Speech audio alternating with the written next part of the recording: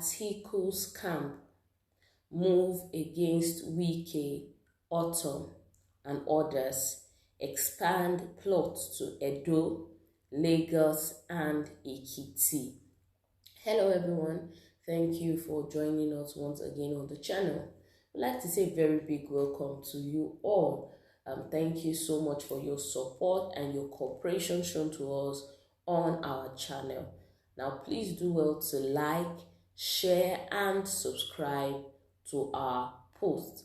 Now, as the forthcoming elections are gearing up, political parties and candidates are actually intensifying their plans and all of their preparations towards the 2023 general elections. Now, we know in the PDP there has been a crisis for some time now, and even though ways and plans have been put in place to actually forge a reconciliation between the party standard bearer and some of the aggrieved governors of the party, it seems that all of that is actually not working out, and there is no hope of reconciliation so far within the party. Well, it seems that the Atiku camp has actually moved against the G5 governors, and now they're expanding their plots to other states like Edo, Lagos, and Ekiti. Well, let's get into the details of today's report and let's see.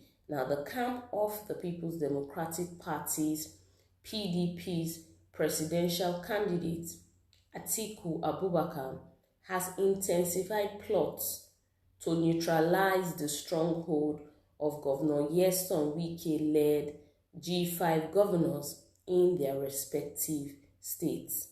Now, Nigerian News reports that several attempts to resolve the crisis in the main opposition party has failed, as the G5 governors and the Integrity Group have continued to insist on the resignation of the party's national chairman, Senator Iyorchia Ayu, for the condition to back Alhaji Atiku Abubakar's presidential bid.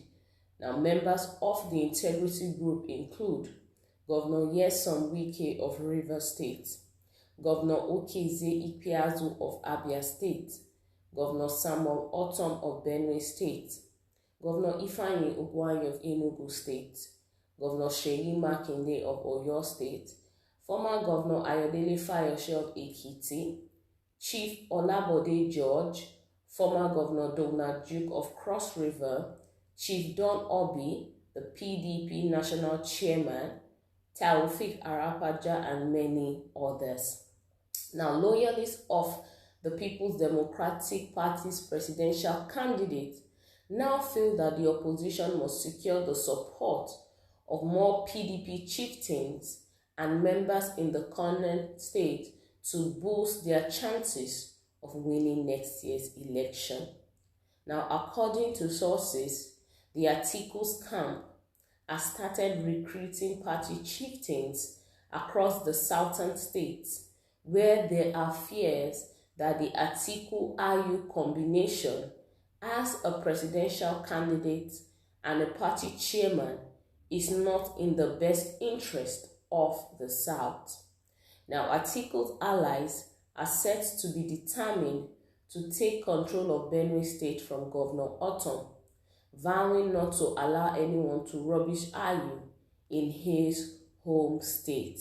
Now, Senator Iyorchia Ayu, who is from Benue State, is being backed by other chieftains in the state, including Senator Gabriel Soswam, Senator Abba Moro, Professor Iyowese Hwaga, Mrs. Margaret Ishen, and Honorable Chill Igbawa. Now, a source actually told the nation that Benue is a PDP state, with numerous PDP leaders scattered all over the state. Ortom is just one of them, the source said.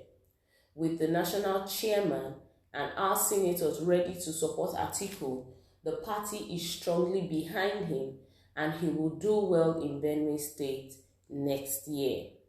But Ortom supporters have accused Atiku Abubakar and his allies of seeking the support of politicians who cannot win elections to work against the Benue State governor.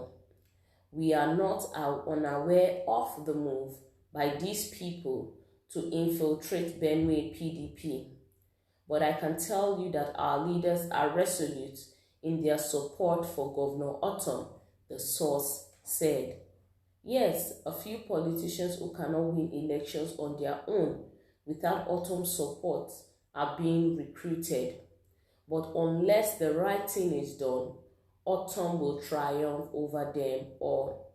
Now, similarly, the Atiku Abubakar's camp has begun plots to shore up their support for the PDP presidential candidate in the southwest, especially in Lagos, Oyo, and Ekiti states.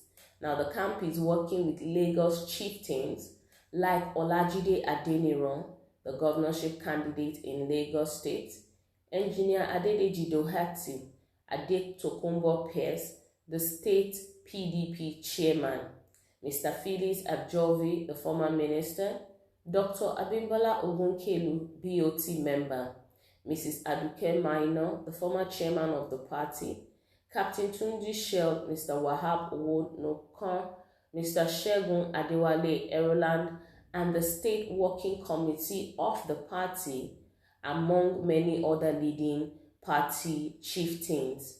Now, according to sources, supporters of a former deputy national chairman of the PDP, Bode George, and his allies across the state may have decided to work for the victory of the Labour Party candidate in the state next year. Now, Gbadebo Rhodes Vivo, the governorship candidate of the Labour Party, and many of the party's candidates were members of the Bode George group before defecting. So you should understand why Atiku and Jandor don't stand any chance in Lagos again, a source said. Now, in Ekiti State, it will be a fight to the finish between the two main factions in the PDP.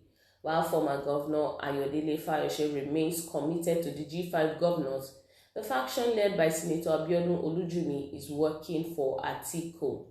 While in Oyo State, Atiku's men are digging deep in their bid to outsmart Governor Makinde, who enjoys the backing of the state executive committee of the party, as well as other leading PDP chieftains led by Taufik Arapada.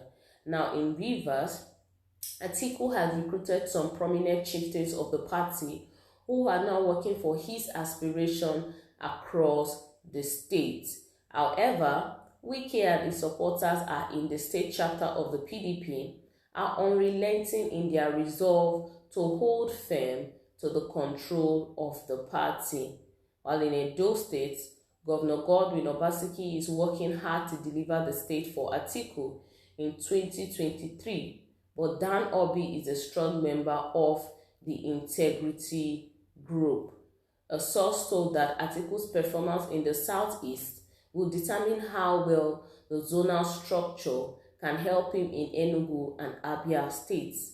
His men are working hard to break the hold of the two PDP governors on their various states as well as the zone as a whole.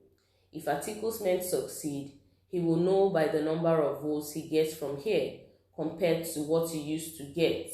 But I can tell you that Ikpeazu and Ugwuanyi, who are candidates in the elections, are not politicians you can walk over easily, especially in their own states. Well, that is it on the details of this report. Until we'll come your way next time with more news happenings around the country. Do well to stay safe. Bye-bye.